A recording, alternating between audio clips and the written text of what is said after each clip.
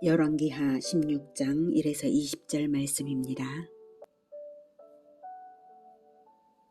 16장 르말야의 아들 베가 제17년에 유다의 왕 요담의 아들 아하스가 왕이 되니 아하스가 왕이 될 때에 나이가 20세라.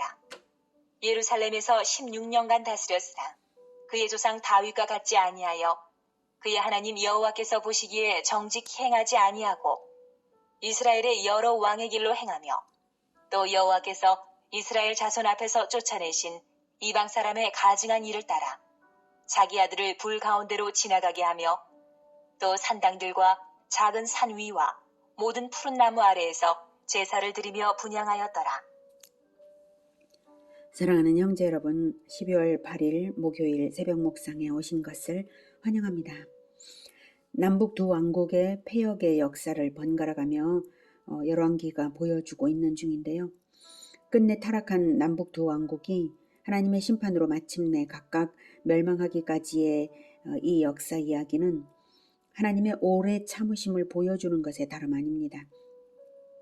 그러나 그 오래 참으심의 의미는 영원히 참으신다는 것이 아니라 반드시 심판이 있다는 것입니다. 반드시 심판이 있고 그 심판이 너무나 극심하기 때문에 하나님께서 오래 참으시는 것입니다. 회개하기까지 참으신다는 것이지 다른 것이 아니죠. 죄를 지어도 된다는 것이 아니죠. 회개하지 않는 자에게는 반드시 심판이 있다는 것입니다. 그 심판이 얼마나 처참할 것인지를 하나님은 아시기 때문에 오래 참으시는 것입니다. 하나님의 인자와 자비가 많으시지만 그 인자와 자비를 영원히 맛볼 수 있는 사람은 회개하는 사람만 그렇습니다. 회개하는 사람에게는 그 어떤 죄인이라도 용서하시고 영원한 사랑을 베풀어 주시는 하나님이십니다. 진정 회개가 중요한 것입니다. 15장에서는 남왕국의 두 왕 아사랴와 요담 시절에 북왕국의 다섯 왕 스가랴, 살룸, 므나헴, 브가히야, 베가의 통치 기사를 통해서 하나님의 백성들을 향한 무조건적인 은총을 거두어 가실 때 그 백성들이 당하는 비참함이 어떤 것인지를 보았습니다. 이제 무대는 남왕국 유다입니다. 요담의 아들 아하스는 그의 조상 다윗과 같지 아니하여 그의 하나님 여호와께서 보시기에 정직히 행하지 아니하고 그럴 뿐만 아니라 그에 더하여서 이스라엘의 여러 왕의 길로 행하며 또 여호와께서 이스라엘 자손 앞에서 쫓아내신 이방 사람의 가증한 일을 따라 자기 아들을 불 가운데로 지나가게 하며 또 산당들과 작은 산 위에 모든 푸른 나무 아래에서 제사를 드리며 분향하였더라. 온갖 우상 숭배를 다 따라한 것이죠. 이스라엘 왕들이 느밧의 아들 여로보암의 길로 행했다 이런 평가들을 여러 명이 받았는데요.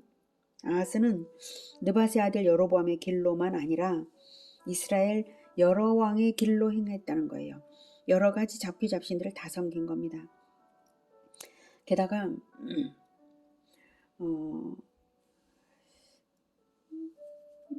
자기 아들을 불 가운데로 지나가게 했다는 것은 몰록 숭배를 하여서 인신 제사를 했다는 말입니다.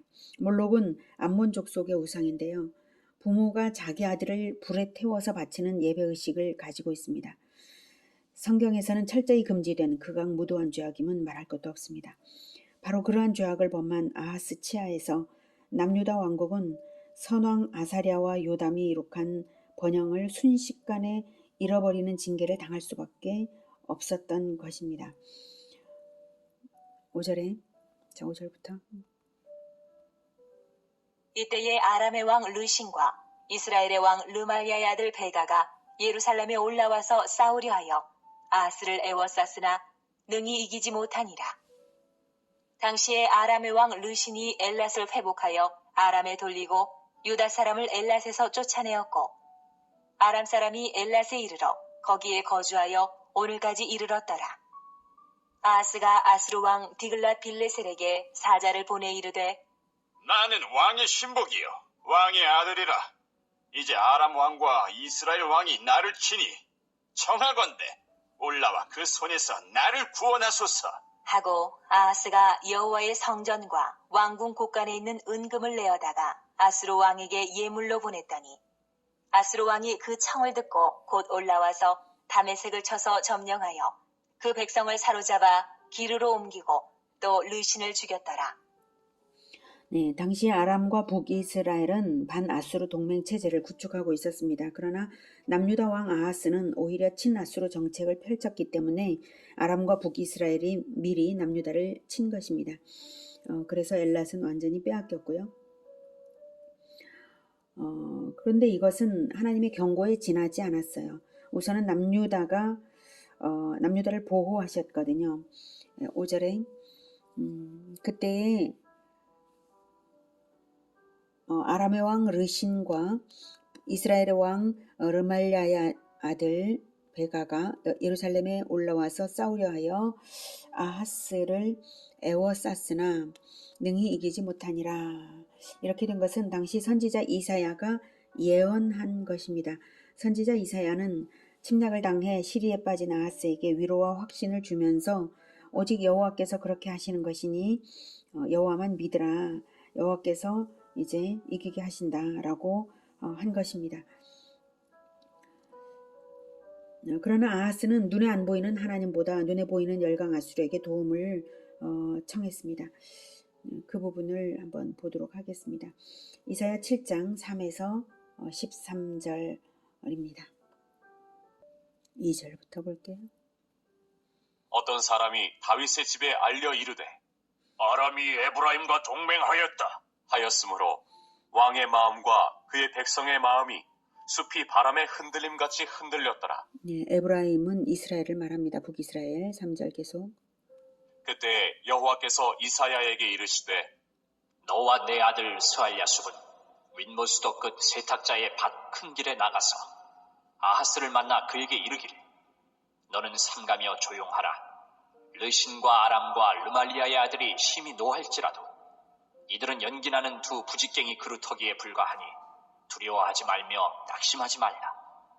아람과 에브라임과 르말리아의 아들이 악한 꾀로 너를 대적하여 이르기를 우리가 올라가 유다를 쳐서 그것을 쓰러뜨리고 우리를 위하여 그것을 무너뜨리고 다부엘의 아들을 그 중에 세워 왕으로 삼자 하였으나 주 여호와의 말씀이 그 일은 서지 못하며 이루어지지 못하리라. 대저 아람의 머리는 다메섹이요 다메섹의 머리는 르신이며 65년 내에 에브라임이 패망하여 다시는 나라를 이루지 못할 것이며 에브라임의 머리는 사마리아요 사마리아의 머리는 르말리아의 아들이니라. 만일 너희가 굳게 믿지 아니하면 너희는 굳게 서지 못하리라 하시니라. 네, 굳게 믿으라는 거죠. 그리고 결코 그들이 이기지 못한다라고 하나님께서 말씀하시는 거예요. 10절.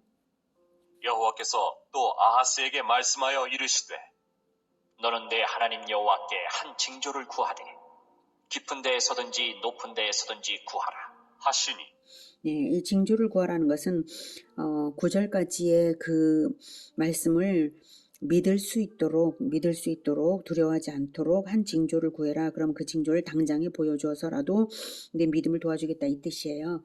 징조를 그러면 구하면 믿기 위하여 구하는 거고 징조를 구하지 않으면 그걸 믿지 않겠다 이 뜻이죠. 12절.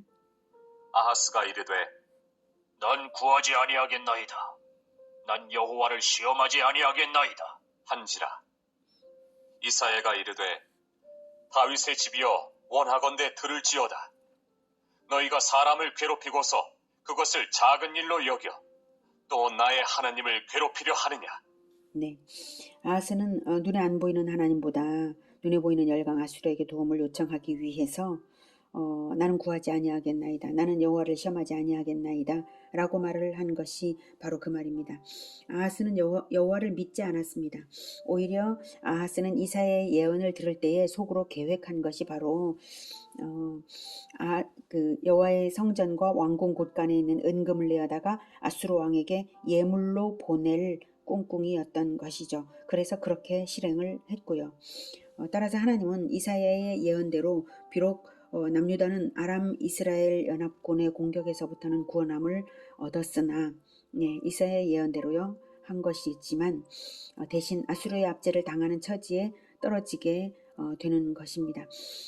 아하스는 아람 이스라엘 연합군에게 이긴 것이 하나님의 도움 때문이지 아수르 때문이 아닌 것을 생각지 못하는 것입니다. 아하스는 아수르의 원군의 감사를 표시하기 위해 친히 디글랏 빌레셀이 점령한 다메섹으로 디글랏 빌레셀을 찾아갔습니다. 10절.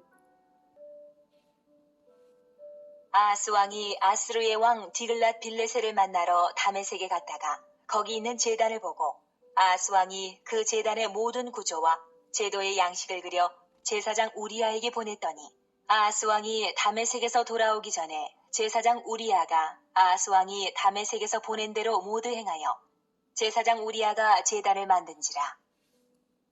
당시 아수르 왕들은 전시에 제단을 운반해 가지고 다녔습니다. 아수르 진영에 갔던 아하스는 그 단을 보고 디글랏 빌레셀을 기쁘게 하려고 그것과 같은 형태의 단을 예루살렘에 만들라고 제사장 우리에게 명한 것입니다. 더욱 어처구니 없는 것은 제사장인 우리아가 시키는 대로 행했다는 사실입니다. 하나님을 두려워하지 않고 왕을 두려워하니 제사장일지라도 우상 숭배자가 되고 만 것이죠. 우리는 오직 하나님만 두려워해야 하는 것이지 다른 그 무엇도 세상의 문화도 두려워해서는 안 되는 것입니다. 세상 눈치를 보고 살 것이 아니라 오직 하나님만 두려워하시기를 기원합니다. 12절. 왕이 다메섹에서 돌아와 제단을 보고 제단 앞에 나아가 그 위에 제사를 드리되 자기의 번제물과 소제물을 불사르고 또 전제물을 붓고 수은제 짐승의 피를 제단에 뿌리고 또 여호와의 앞 곧 성전 앞에 있던 놋제단을 새 제단과 여호와의 성전 사이에서 옮겨다가 그 제단 북쪽에 그것을 두니라. 네, 수은제는 감사제를 말합니다. 놋제단은 옮겨서 구석에 몰아 넣었고요. 아하스가 돌아오자마자 새로 만든 제단을 확인하고 거기서 제사를 드린 것인데요. 아사랴 즉 우시아가 아사랴죠. 우시아 왕의 경우에는 직접 성소에서 분향하다가 나병에 걸렸는데 왜 아하스는 그런 일이 없냐라고 하면 여호와의 제단이 아니기 때문입니다. 그러나 아하스는 이 우상 숭배 행위로 인해서 훨씬 더 큰 징벌을 자손대에 남기게 됩니다. 15절. 아하스 왕이 제사장 우리아에게 명령하여 이르되 아침 번제물과 저녁 소제물과 왕의 번제물과 그 소제물과 모든 국민의 번제물과 그 소제물과 전제물을 다 이 큰 제단 위에 불사르고 또 번제물의 피와 다른 제물의 피를 다 그 위에 뿌리라. 오직 놋제단은 내가 주께 여쭐 일에만 쓰게 하라. 하매 제사장 우리아가 아하스 왕의 모든 명령대로 행하였더라. 이 큰 제단은 새로 만든 아수르의 신의 제단을 말하고요. 모든 일상적인 제사를 새로 만든 제단에서 드리게 했습니다. 그러니 이제 놋 번제단은 무용지물이 된 것이죠. 오직 놋제단은 내가 주께 여쭐 일에만 쓰게 하라. 이 말은 문자적으로 생각해 볼 일이 되게 하라라는 말입니다. 즉 앞으로 더 생각해 본 후에 조처하겠다라는 말입니다. 하나님의 놋 번제단은 완전히 구석으로 밀쳐져서 방치된 것입니다. 17절. 아하스 왕이 물두멍 받침의 여판을 떼내고 물두멍을 그 자리에서 옮기고 또 놋바다를 놋소 위에서 내려다가 돌판 위에 그것을 두며 또 안식일에 쓰기 위하여 성전에 건축한 낭실과 왕이 밖에서 들어가는 낭실을 아수르 왕을 두려워하여 여호와의 성전에 옮겨 세웠더라. 이처럼 성전 기구들을 회파하는 행위를 한 것은 아수르 왕을 두려워하여 행한 것입니다. 아수르 왕의 호감을 사기 위해 아수르 신전의 모양을 흉내낸 것입니다. 19절. 아하스가 행한 그 남은 사적은 유다왕 역대시략에 기록되지 아니하였느냐.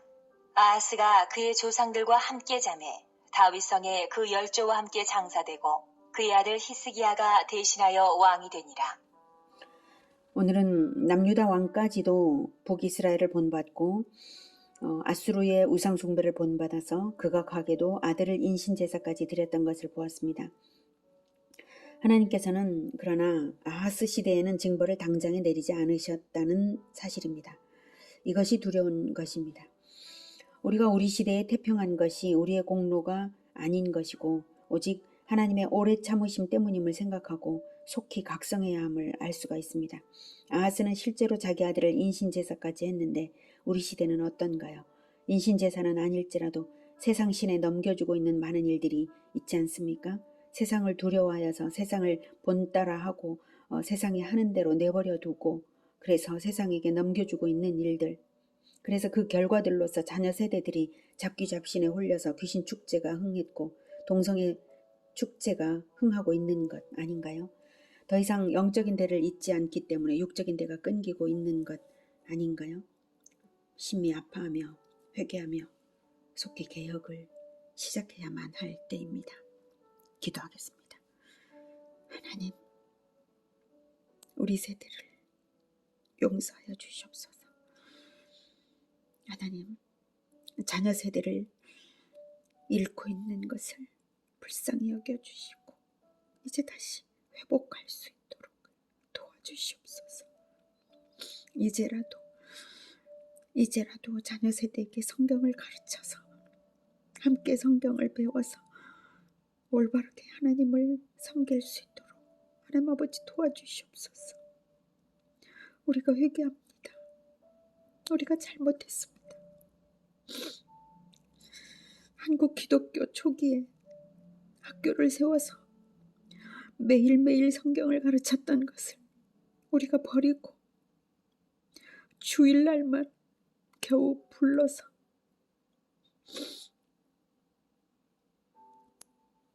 조금 가르치고 주중에는 다 잃어버리고 세상에 넘겨주고 말았던 것은 우리 책임입니다. 하나님 아버지, 우리를 용서해 주시고 이제 이것을 개혁하게 하옵소서. 진정 회개의 영을 우리들에게 부어주시고 한국교회에 부어주셔서 개혁이 일어나게 주님 도와주시옵소서.